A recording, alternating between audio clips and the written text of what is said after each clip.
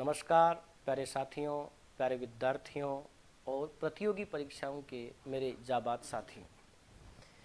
Reasoning में हम calendar topic पढ़ रहे हैं और कैलेंडर का ये डे 3 है। यदि इससे पहले आपने डे फर्स्ट डे सेकंड नहीं देखा है तो उसे भी आप अवश्य देखें, जिससे आपको ये पूरा टॉपिक सही से समझ में आएगा और हम इसको निरंतरता के साथ आगे पढ़ा रहे हैं। पिछले क्लास में आपने जो पढ़ा था उसी में से 10 क्वेश्चन आपसे पूछे गए थे, जिनका आपको कमेंट के द्वारा आंसर देना था। तो वो क्वेश्चन क्या थे, ध्यान से देखिए मेरे प्यारे भाई। पहला क्वेश्चन ये था। अब आपको बहुत ज़्यादा जानकारी चाहिए, आप एक एक चीज को ये समझना चाहते हैं। क्या होता है सामान्य वर्ष, क्या होता है लीप वर्ष, क्या होता है सामान्य शताब्दी वर्ष, क्या होता है लीप शताब्दी वर्ष। वर्ष सामान्य है या लीप है, इसके लिए हम भाग देते हैं 4 का। और जिन वर्षों के लास्ट में डबल जीरो आता है, जैसे 1900 डबल जीरो आ रहा है, तो इसे हम बोलते हैं शताब्दी वर्ष। और शताब्दी वर्ष सामान्य वर्ष है या लीप वर्ष है, इस बात को पता लगाने के लिए हम भाग देते हैं 400 का। क्यों वर्ष के लिए 4 का भाग देते हैं और क्यों शताब्दी वर्ष के लिए 400 का भाग देते हैं, इसे मैं डे फर्स्ट और डे सेकंड में बहुत अच्छे से समझा चुका हूं। और आज हम कैलेंडर का डे थर्ड पढ़ रहे हैं, इसलिए आप कैलेंडर के डे फर्स्ट और डे सेकंड को अवश्य देखिए। थोड़ा सा समय लगेगा, लेकिन आप निरंतरता के साथ टॉपिक को बहुत अच्छे से समझ पाएंगे। तो पिछली क्लास में हम ये बात कर चुके थे। हमें प्रश्न पूछा गया है, निम्नलिखित दिए गए वर्षों में से कौन सा वर्ष लीप वर्ष है। तो मेरे भाई मुझे बताइए, ये जो है ये तो शताब्दी वर्ष है, और शताब्दी वर्ष लीप है या सामान्य है। ऐसे मत सोचना साहब ये वर्ष थोड़ी है तो शताब्दी वर्ष है। वर्ष को हम शताब्दी वर्ष को हम संक्षिप्त में वर्ष ही बोलते हैं। जैसे 2000 आया तो हम ये बोलते थे ना सन 2000 में, वर्ष 2000 में, जबकि वो शताब्दी वर्ष था। तो जिसके लास्ट में 2 जीरो होते हैं उसमें 400 का भाग देके देखते हैं। पूरा जाए तो लीप शताब्दी वर्ष, नहीं जाए तो सामान्य शताब्दी वर्ष। क्या 1900 में 400 का भाग पूरा जा रहा है क्या? तो आप देखोगे पूरा नहीं जा रहा है, इसका मतलब ये सामान्य है। और हमें क्या पता लगाना है, लीप। 1800 लास्ट में डबल जीरो है, ध्यान दीजिएगा, मैं आपको फिर बता रहा हूं। जिसके अंत में 2 जीरो दिखता है, जिसके अंत में 2 जीरो दिखता है वह शताब्दी वर्ष होता है। और शताब्दी वर्ष जो है वो लीप है या सामान्य है, इस बात का पता लगाने के लिए 400 का भाग दिया जाता है। यहाँ पर डबल जीरो है तो ये शताब्दी वर्ष है, 1800 एक शताब्दी वर्ष है, इसमें 400 का भाग दिया तो पूरा नहीं गया, पूरा नहीं गया। अब इसमें भी कुछ बच्चे कंफ्यूज हो जाते हैं। तो अगर आप कहीं छोटे मोटे सिंप्लीफिकेशन में कंफ्यूज हो जाओ, कहीं छोटे मोटे सरलीकरण में कंफ्यूज हो जाओ, तो आप भाग दे के देख लेना। आप भाग दे के दे सकते हो। 1800 में 400 का दोगे तो 1600 तक ही पूरा जाएगा, 200 शेष पल बच जाएगा।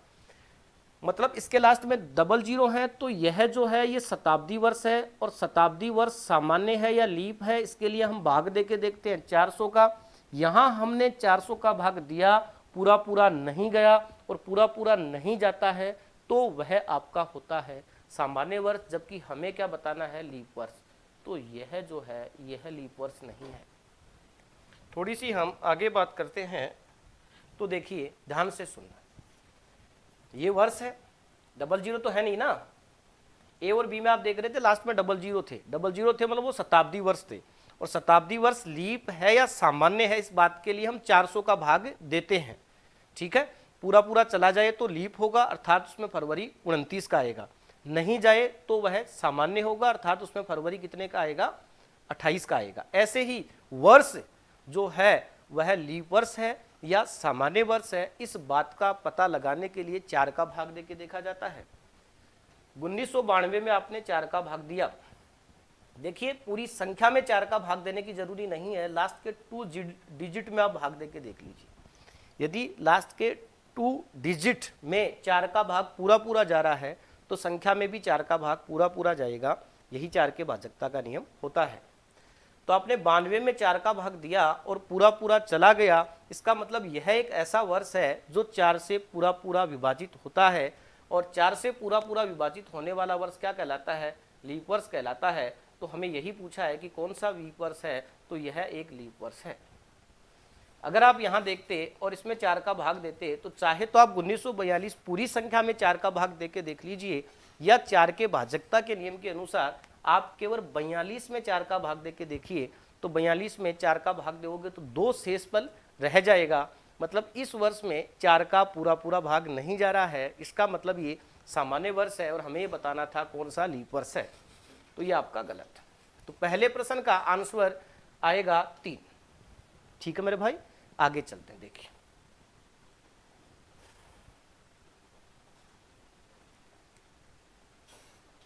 अगला जो क्वेश्चन आपसे पूछा गया था, मैं फिर बता रहा हूं, कुछ बच्चे यदि इसे बीच से देख रहे हैं और आप और भी अच्छे से समझना चाहते हैं तो ये तमाम बातें मैं आपको कैलेंडर के डे फर्स्ट और डे सेकंड में पढ़ा चुका हूं। इसलिए आप पहले कंफर्म रूप से या एक बार आप थोड़ा धैर्य बनाकर, यदि आपको अच्छे से समझना है तो आप कैलेंडर के डे फर्स्ट और डे सेकंड के मैंने जो इंट्रोडक्शन पार्ट पढ़ाया था उसको समझिए, और फिर आप डे थर्ड में आइए, आपको बहुत अच्छा लगेगा। देखिए निम्नलिखित दिए गए वर्षों में से कौन सा वर्ष लीप वर्ष नहीं है? अब देखिए मेरे भाई, ये है वर्ष, इसमें मैंने 4 का भाग दिया, पूरा पूरा चला गया, इसका मतलब ये तो क्या है? लीप है। यह तो लीप है। इसके लास्ट में डबल जीरो है, इसके लास्ट में डबल जीरो है, इसके लास्ट में डबल जीरो है। तो जिनके लास्ट में डबल जीरो आता है उसमें भाग देके देखा जाता है किसका? 400 का। 1500 में 4 का भाग, 400 का भाग पूरा पूरा नहीं जाता। जिसके लास्ट में डबल जीरो आता है वो शताब्दी वर्ष होता है, और शताब्दी वर्ष में 400 का भाग दिया, पूरा पूरा नहीं गया, इसका मतलब जो ये है यह सामान्य है, जनरल ईयर है। 2000 में आपने 400 का भाग दिया, पूरा पूरा चला गया, इसका मतलब ये जो है ये क्या है? लीप ईयर है। 1600 में आपने 400 का भाग दिया, इसमें पूरा पूरा भाग चला गया, इसका मतलब ये क्या है? लीप ईयर है। तो आप क्या देख रहे हैं? ऑप्शन नंबर 1, 3 और 4 जो है वो लीप वर्ष है। फिर समझिएगा, वर्ष लीप वर्ष है या सामान्य वर्ष है, इसके लिए 4 का भाग देके देखा जाता है। यदि दिया गया वर्ष 4 से पूर्णतया विभाजित हो तो वह लीप वर्ष होता है, और लीप वर्ष में फरवरी आता है 29 का। और यदि दिया गया वर्ष 4 से पूर्णतः विभाजित नहीं हो तो वह सामान्य वर्ष होता है, और सामान्य वर्ष में फरवरी आता है 28 का। लेकिन जिसके अंत में आपको डबल जीरो दिखते हैं उसमें 4 का नहीं 400 का भाग दिया जाता है। और यदि शताब्दी वर्ष डबल जीरो वाला, जैसे 2 नंबर, 3 नंबर और 4 नंबर, 1500, 2000 और 1600, तीनों क्या है? शताब्दी वर्ष है। तो यदि दिया गया शताब्दी वर्ष जो है वो 400 से पूर्णतया विभाजित हों तो वह होता है लीप शताब्दी वर्ष, अर्थात उसके फरवरी माह में दिन होंगे वह होंगे 29। और यदि दिया गया शताब्दी वर्ष, कौन सा होता था शताब्दी वर्ष भाई? शताब्दी वर्ष वह होता है जिसके लास्ट में 2 जीरो आए। कभी भी आप किसी के लास्ट में डबल जीरो देख लेते हैं तो समझ जाना कि यह शताब्दी वर्ष है, और यह सामान्य है या लीप है, इसके लिए आपको भाग देना पड़ेगा किसका? 400 का। भाग 400 का शताब्दी वर्ष में पूरा पूरा चला जाए तो सामान्य, और नहीं जाए तो लीप। तो हमने यहाँ देखा कि इसमें 400 का भाग पूरा पूरा जा रहा था, मतलब लीप है। इसमें 400 का भाग पूरा पूरा जा रहा था, मतलब लीप है। इसमें 4 का भाग पूरा पूरा जा रहा था, मतलब ये लीप है। यह शताब्दी वर्ष थे इसलिए 400 का भाग दिया, ये वर्ष था इसलिए 4 का भाग दिया। लीप और सामान्य वर्ष का वर्गीकरण करने के लिए क्यों वर्ष में 4 का भाग दिया जाता है और क्यों शताब्दी वर्ष में 400 का भाग दिया जाता है, यह कैलेंडर के इससे पिछले 2 वीडियो में, डे फर्स्ट और डे सेकंड में हम समझ चुके हैं। क्यों फरवरी को 28 का लिया जाता है, क्यों हर चौथे वर्ष में फरवरी को 29 का ले लिया जाता है, और क्यों 400 वर्षों में 3 बार ऐसा होता है कि फरवरी 29 का 4 से नहीं 8 साल से आता है। ये बातें हम पीछे वाले में पढ़ चुके हैं। देखिए बहुत धीरे धीरे पढ़ेंगे और बहुत अच्छे तरीके से पढ़ेंगे। बस आप बने रहिए साथ, धैर्य बनाइए, कभी भी ऐसा ना सोचें कि इसको थोड़ा बाद में पढ़ लेंगे, बाद किसी का नहीं आया, इसलिए आप निरंतरता बनाए रखें। देखिए तो इसमें पूछा था कौन सा वर्ष लीप वर्ष नहीं है, तो कौन सा नहीं है भाई, ऑप्शन नंबर 2। आगे देखिए, ग्रेगोरियन कैलेंडर को कब तैयार किया गया था, तैयार कब किया गया था, तो इसका जवाब मैं आपको पिछले इंट्रोडक्शन पार्ट में दे चुका हूं। अभी आप डायरेक्ट देखिए, इसका जो आंसर होगा वो होगा 1582। प्रक्रिया तो पहले ही थी, लेकिन तैयार हो कब चुका था, तो ग्रेगोरियन कैलेंडर कब तैयार किया गया था, 1582। अगला जो प्रश्न था वो ये था जूलियस कैलेंडर कब प्रारंभ किया गया था। तो देखिए पिछले इंट्रोडक्शन पार्ट में मैं आपको पढ़ा चुका हूं, जूलियस कैलेंडर तैयार हो चुका था 45 ईसा पूर्व, 45 ईसा पूर्व, और यह सौर वर्ष से कितना पीछे था भाई, या सौर वर्ष से प्रति वर्ष कितना पीछे रह जाता था। देखिए पीछे नहीं रहता था, आगे चला जाता था, क्योंकि सौर वर्ष में, सौर वर्ष का मतलब जब पृथ्वी सूर्य के चारों एक पूरा चक्कर लगाती है, तो पृथ्वी सूर्य के चारों ओर एक पूरा चक्कर जो लगाती है वो तो लगाती है 365.2422 दिन। पृथ्वी सूर्य के चारों ओर एक पूरा चक्कर लगाने में जो समय लेती है वह कहलाता है सौर वर्ष, और सौर वर्ष जो है वो होता है 365.2422 दिन का, 365 दिन 5 घंटे 48 मिनट और 47.5 सेकंड का। जबकि ये जूलियन जो कैलेंडर था, और जूलियन कैलेंडर को बनाया किसने था, जूलियस सीजर ने, उसने इसमें दिन रख लिए 365.25, तो ये ज्यादा ले रहा था। ये पॉइंट्स में जो डिफरेंस आप देख रहे हैं यह एक वर्ष में जाके 11 मिनट और 30 सेकंड के बराबर हो रहा था, अर्थात जूलियन जो कैलेंडर है वो प्रति वर्ष 11 मिनट और 30 सेकंड की बढ़त ले रहा था। ठीक है, ये हम बात कर चुके हैं। अभी हमसे केवल इतना पूछा है जूलियन कैलेंडर कब प्रारंभ किया गया था, तो यह 45 ईसा पूर्व किया गया था। ध्यान से सुनिए आगे। क्वेश्चन नंबर 5 हमारा ये था जो हम अभी अभी बात कर चुके हैं कि जूलियन कैलेंडर वर्ष वह सौर वर्ष का अंतर क्या था। जूलियन कैलेंडर वर्ष एक वर्ष की बात कर रहा है, और सौर कैलेंडर वर्ष का अंतर क्या था, तो ये हम बात कर चुके हैं 11 मिनट और 30 सेकंड। प्यारे मेरे भाइयों, मैं आपको बहुत अच्छी सलाह दे रहा हूँ, आप मेरी बात को समझने की कोशिश करना। मैं बहुत ही बेसिक से ले रहा हूँ। कोई भी बच्चा ये ना सोचें कि साहब ये जीके टाइप जैसी चीज़ें थोड़ी पूछते हैं, कम पूछते होंगे वो एक अलग बात है, लेकिन पूछते हैं। मैंने भी तो कहीं ना कहीं इसको रीजनिंग में देखा है, तभी तो आपके पास लेके आया हूँ भाई, मेरे सपने में तो आई नहीं। तो मेरी बात को समझिए, मैं आप तक सुस्पष्ट रूप से पूरा मैटर पहुंचाने की पूरी कोशिश कर रहा हूं। मैं ये मान रहा हूं, मैं आपसे कोई वादा नहीं कर रहा कि मैं आपको कितना पढ़ाऊंगा, मैं आपसे इतना वादा कर रहा हूं जितना पढ़ाऊंगा वह पूर्ण रूप से पढ़ाने की पूरी कोशिश करूंगा, अधूरे अध्यापन नहीं करवाएंगे। और टॉपिक पढ़ा रहा हूं तो एक बार क्वेश्चंस पे ध्यान नहीं दूंगा, लास्ट में हम क्वेश्चन खूब सारे कर सकते हैं। पहले मैं थ्योरी पे ध्यान दूंगा, ज़्यादा से ज़्यादा आपको कॉन्सेप्ट समझाने की कोशिश करूंगा। और आप भी किसी भी क्लास में अगर कोई वीडियो देखते हैं तो पहले उसको शुरुआत से देखें। मेरे भाई समझिए, बहुत बेहतरीन तरीके से हम पढ़ने जा रहे हैं। देखिए अगला जो क्वेश्चन है हमारा वो है 6वां, कि रोम के 13वें पोप ग्रेगरी के संशोधित कैलेंडर को संपूर्ण ब्रिटिश साम्राज्य में कब प्रयोग में लाया गया। तो ये मैं आपको पिछले वीडियो में बता चुका हूं कि यह 1752 में संपूर्ण ब्रिटिश साम्राज्य में पोप ग्रेगरी के कैलेंडर को लाया गया। और पोप ग्रेगरी का जो कैलेंडर है वो कहलाता क्या है, ग्रेगोरियन कैलेंडर, जो आधुनिक रूप में सबसे ज्यादा उपयोग में लिया जाता है। या आप ये सोच सकते हो कि विश्व स्तर पर इसी को उपयोग में लिया जाता है। बाकी सब देशों के अलग अलग कैलेंडर हैं जो अभी भी प्रचलित हैं, जैसे हमारे हिंदू कैलेंडर है, उनकी अलग मान्यता है, वो धर्म त्योहार के हिसाब से। विश्व स्तर पर समान रूप से इसी को उपयोग में लिया जाता है।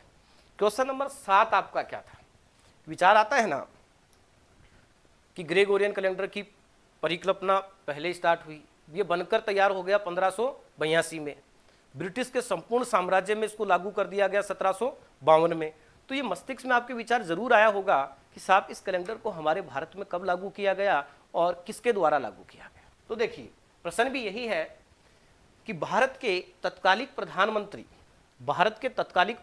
उस समय के प्रधानमंत्री पंडित जवाहरलाल नेहरू के आग्रह पर ग्रीगोरियन कैलेंडर को सरकारी कामकाज हेतु उपयुक्त मानकर राष्ट्रीय कैलेंडर के रूप में कब स्वीकार किया गया। तो यह स्वीकार किया गया था मेरे भाई 22 मार्च 1957 में।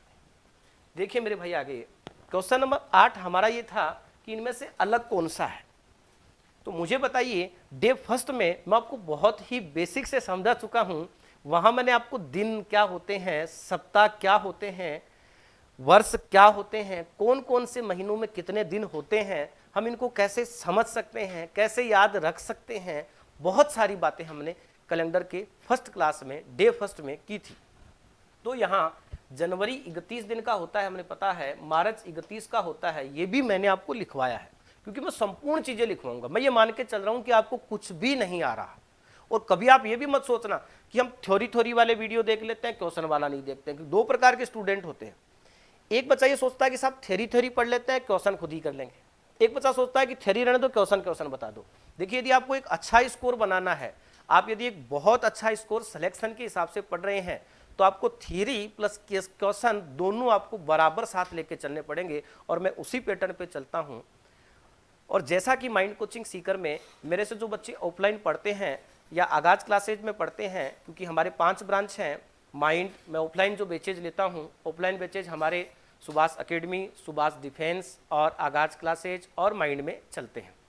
उनको पता है मैं बहुत धीरे धीरे देता हूं और समय के साथ हम उस टॉपिक को बहुत अच्छे स्तर तक ले जाते हैं। देखिए कम खा लो लेकिन अच्छा खा लो। मेरा मानना है हमें एक साथ इकट्ठा होकर जल्दी जल्दी टॉपिक को पूरा नहीं करना, हमें धीरे धीरे चलते हुए, थोड़ा थोड़ा पढ़ते हुए, पूरा पढ़ते हुए टॉपिक को पूरा करना है और धैर्य बनाते हुए रखना है।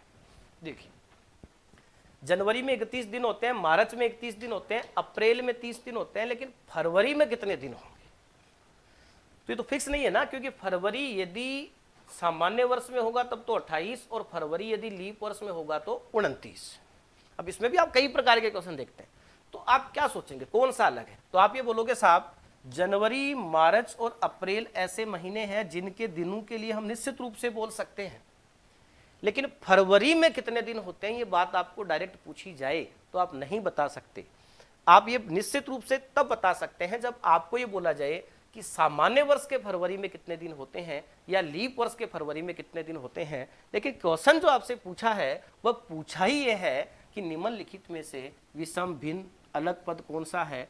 फिर आपको 4 महीनों के नाम दे दिए, तो आप इसको देख के बोलेंगे कि हम जनवरी में स्पष्ट रूप से जानते हैं कि 31 ही दिन होंगे, मार्च में 31 ही होते हैं, अप्रैल में सदैव 30 ही होते हैं। जनवरी, मार्च और अप्रैल में ये दिनों की संख्या निश्चित है, चाहे वह सामान्य वर्ष हो या लीप वर्ष हो, जबकि फरवरी में दिनों की संख्या निश्चित नहीं होती है, इसलिए अलग जो होगा वो क्या होगा, फरवरी। आगे जो हमारा क्वेश्चन है वो क्वेश्चन ये है, निम्नलिखित में से अलग कौन सा है। तो मेरे भाई मई है वो 31 का होता है, जुलाई जो है वो 31 का होता है। क्वेश्चंस मैं वही ले रहा हूं जो एग्जाम्स में पूछे हुए हैं या पूछे जा सकते हैं। तो आप अपना दिमाग मत लगाना बीच में कि कौन सा आता है और कौन सा नहीं आता है। देखो समझदार बनो, लेकिन एक अध्यापक जो पढ़ाता है आपको हमेशा उसकी पालना करनी चाहिए। जो हनुमान जी थे उन्होंने हमेशा राम के आदेश की पालना की थी, इसीलिए वो एक सच्चे शिक्षक थे और आज सबसे बड़े देव रूपी रूप में माने जाते हैं, क्योंकि उन्होंने राम को कभी ऐसा नहीं कहा कि मैं इसकी बजाय ये कर लूँ क्या, इसकी बजाय ये कर लूँ क्या। तो ऐसी बात आप समझिए। आप जितनी भी चीज़ देखते हैं, किसी व्यक्तित्व का व्यक्ति कब धनी बना है, जब उसने किसी व्यक्ति से पढ़ रहा है, शिक्षा ले रहा है, तो पहले तो वह उसके साथ सकारात्मक ऊर्जा के साथ जुड़ता है, दूसरा वह उसका मान और सम्मान करता है, तीसरा वह उसके द्वारा बताए हुए मार्ग पर ही चलता है। देखिए जून है वो 30 का होता है, अगस्त वह है वो 31 का होता है। तो आप ही बताइए कौन सा है। आप ये बोलेंगे कि साहब मई, जुलाई, अगस्त ये है 31 के, मई, जुलाई और अगस्त 31 के हैं, जबकि 30 जून जो है वो कितने का है, 30 का। तो अलग क्या हुआ भाई, जून। अगला जो क्वेश्चन है, कैलेंडर शब्द कैलेंडर से बना है, यह कैलेंडर शब्द किस भाषा से लिया गया है? तो यह हमने भी आपको जो पीछे कैलेंडर जो हमारा टॉपिक है उसके पीछे के डे फर्स्ट और डे सेकंड में हम बात कर चुके हैं कि कैलेंडर शब्द कैलेंडर से बना हुआ है और ये कैलेंडर शब्द जो है यह लैटिन भाषा से लिया गया है। तो प्यारे विद्यार्थियों, छोटी छोटी जानकारियों के साथ मैं आपके साथ जुड़ रहा हूं और धीरे धीरे हम टॉपिक को पूरा करते चलेंगे। बस इतना ही मैं आपको बताना चाहता हूं कि यदि आप वास्तविक रूप से सीखना चाहते हैं तो आप टॉपिक के नोट्स बनाते हुए चलना। जो भी टॉपिक आप पढ़ो वह उस टॉपिक के पहले दिन से नोट्स बनाते हुए चलना। और मेरे पढ़ाने का तरीका ऐसा है कि हो सकता है आपको एक दो वीडियो में वक्त लग जाए, लेकिन उसके बाद यदि आप मेरे से पढ़ोगे तो उसके बाद आपका ट्यूनिंग जो है वो मेरे साथ ही ठीक बैठेगा। क्योंकि मेरे पढ़ाने का जो तरीका है, मैं ये नहीं कहता मैं अनोखा हूँ, मेरे पढ़ाने का जो तरीका है वो ये है, मैं कोशिश करता हूँ कि मैं आपको अधिकतम डिटेल में स्टडी मटेरियल उपलब्ध करा पाऊँ और उसको एकदम क्रमबद्ध तरीके से रख पाऊँ।